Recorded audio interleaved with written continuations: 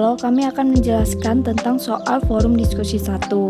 Penco membeli 40% saham biasa berhak suara Swanco pada 1 Januari 2011 dari para pemegang saham dengan kas sebesar Rp1.800.000, menerbitkan wesel bayar dengan bunga 10% untuk 3 tahun senilai Rp1.500.000, ditambah dengan menerbitkan 100.000 lembar saham biasa nominal 10 dan harga pasar saham biasa 22 per lembar saham.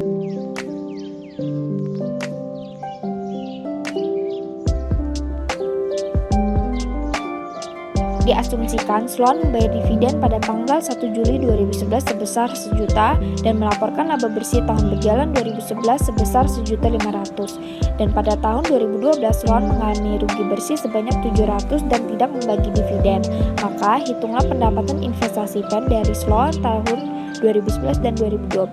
Dan yang kedua, hitunglah saldo investasi PEN pada Sloan per tanggal 31 Desember 2011 dan 2012. Dan yang ketiga, buat semua jurnal PEN atas investasi pada Sloan tahun 2011 dan 2012.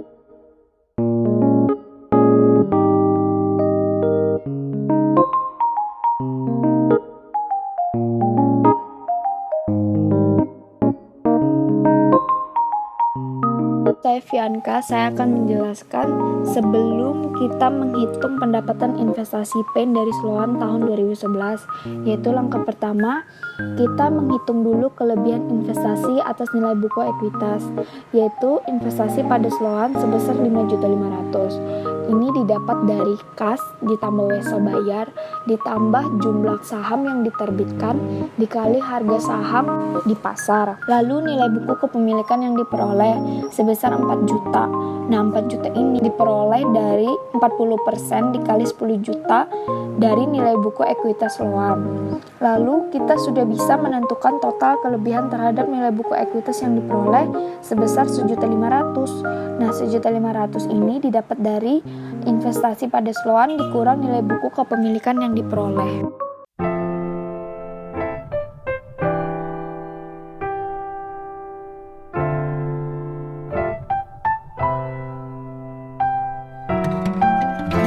Halo, saya Angela.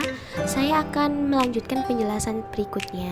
Setelah kita mengetahui total kepemilikan nilai buku ekuitas yang diperoleh PEN atas 40% kepemilikannya, langkah berikutnya kita perlu mengidentifikasi apakah muncul goodwill atau gain on bargain purchase. Nah, pada kasus kali ini, kita dapat menghitung goodwill-nya dengan menyelisihkan antara biaya investasi dengan nilai wajarnya. Biaya investasinya sudah diketahui Rp5.500.000 dan nilai wajarnya dapat kita hitung antara selisih dari total aset 15 juta dengan total liabilitas yaitu Rp2.800.000 sehingga ditemukan angka Rp12.200.000. Nah, untuk menghitung goodwill-nya, Rp5.500.000 dikurangi dengan 40% dari Rp12.200.000 sehingga ditemukan angka Rp620.000. Dari total kelebihan nilai buku tersebut, Rp1.500.000 sudah kita ketahui bahwa Rp620.000-nya adalah goodwill. Jadi, masih terdapat kelebihan sebesar Rp880.000. Nah, Rp880.000 ini dapat kita peroleh dari selisih antara akun-akun yang memiliki perbedaan antara nilai wajar dan nilai bukunya. Pada kasus kali ini adalah akun persediaan, aset lancar lain, peralatan, dan wesel bayar. Nah, persediaan memiliki nilai wajar yang lebih tinggi dibandingkan nilai bukunya. Rp3.500.000 kita selisihkan dengan Rp3 juta dan dikalikan dengan 40% sehingga kita mendapatkan Rp200.000. Begitu pula dengan peralatan yang nilai wajarnya juga lebih tinggi daripada nilai bukunya, yaitu Rp5 juta dikurangkan dengan Rp3 juta dan dikalikan dengan 40% sehingga diperoleh Rp800.000. Sedangkan wesel bayar memiliki nilai wajar yang lebih rendah dibandingkan dengan nilai buku, lalu dikalikan dengan 40% dan kita temukan Rp80.000. Nah, untuk aset lancar lain, nilai wajarnya ini lebih rendah dibandingkan nilai buku. Rp2.800.000 dikurangkan dengan Rp3.300.000 dikalikan dengan 40%, sehingga kita temukan Rp200.000 dan kita selisihkan karena nilai wajarnya memang lebih rendah.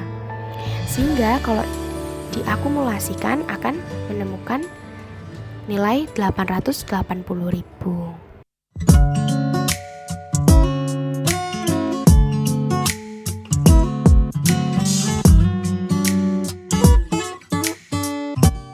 Halo, saya Meli akan melanjutkan perhitungan pendapatan dari investasi PAIN tahun 2011. Nah, ekuitas pada Sloan yang dilaporkan sebagai pendapatan sebenarnya adalah sebesar $600.000 yang didapatkan dari 1.500.000 dikalikan dengan 40%. Pada kasus ini, karena ada kelebihan aset yang nilai wajarnya lebih tinggi daripada nilai buku, maka ini akan diamortisasi mengurangi investasi yang akan dilaporkan sebagai pendapatan bagi PAIN. Begitu pula sebaliknya, bila ada kelebihan aset yang nilai wajarnya lebih rendah daripada nilai buku, maka ini akan diamortisasi menambah investasi. Nah, pada soal ini, amortisasi kelebihan biaya terhadap nilai buku terdiri atas persediaan, aset lancar lain, peralatan, dan hasil bayar. Untuk persediaan sendiri akan mengurangi nilai investasi sebesar $200.000 yang didapatkan dari 200.000 dikalikan dengan 100%. Mengapa 100%? Karena persediaan dijual pada tahun yang bersangkutan. Untuk aset lancar sendiri akan menambah nilai investasi sebesar 200.000 yang didapatkan dari 200.000 dikalikan dengan 100%. Untuk peralatan akan mengurangi nilai investasi yang didapatkan dari 800.000 dikalikan dengan 10%. Lalu untuk wesel bayar akan mengurangi nilai investasi juga sebesar 16.000 yang didapatkan dari 80.000 dikalikan dengan 20% atau 80.000 dikalikan dengan 1/5 tahun.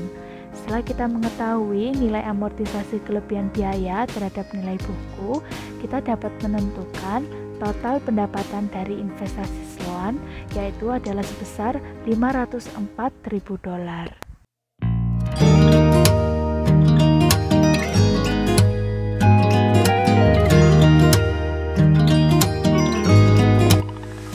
Halo, nama saya Karin. Saya akan menjelaskan mengenai jurnal PAIN atas investasi pada Sloan tahun 2011.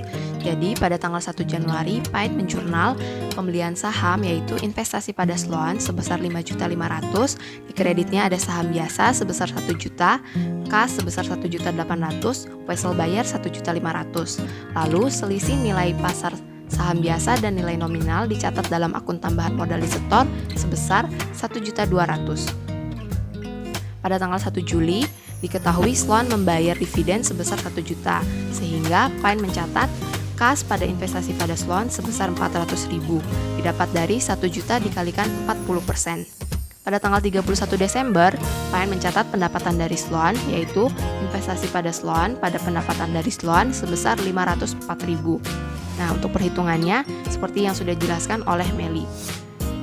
Sehingga kita tahu pada tanggal 31 Desember, saldo investasi pada Sloan adalah 5.604.000 dan sisa kelebihan yang belum diamortisasi sebesar 1.404.000 didapat dari 1.500.000 kurangi 96.000.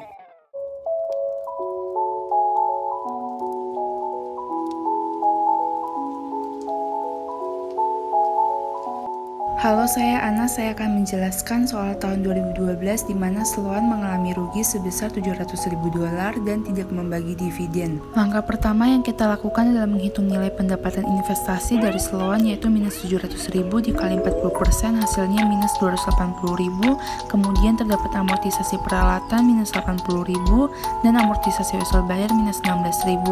Maka total pendapatan investasi adalah minus $376.000. Selanjutnya kita mencatat jurnal tanggal 31 Desember 2012 yaitu pendapatan dari Sloan 376.000 terhadap investasi pada Sloan 376.000 dan karena tidak ada pembagian dividen maka tidak ada jurnalnya. Lalu saldo akhir investasi pada Sloan 31 Desember 2012 sebesar 5.228 yang didapat dari 5.604 dikurangi 376 dan sisa kelebihan yang belum diamortisasi adalah 1.500.000 dikurangi 192 di mana 192 didapat dari 96 ditambah 80 ditambah 16 maka hasil pengurangannya adalah $1.308.000.